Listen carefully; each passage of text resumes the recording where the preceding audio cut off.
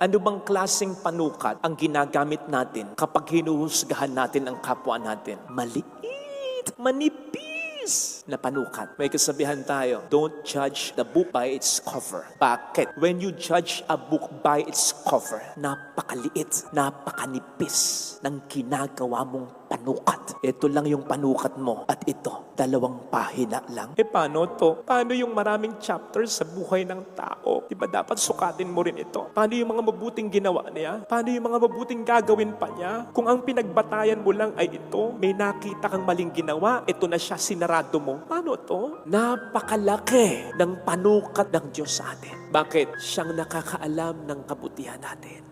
Lahat ng kabutihan natin, kahit pa yan ay natatabunan ng kasalanan natin, napakarami pa nating kabutihan pwedeng gawin, alam ng Diyos yan. Hindi ka naman niya patuloy na bubuhayin kahit makasalanan ka kung wala ka nang gagawing mabuti. Tandaan mo yan.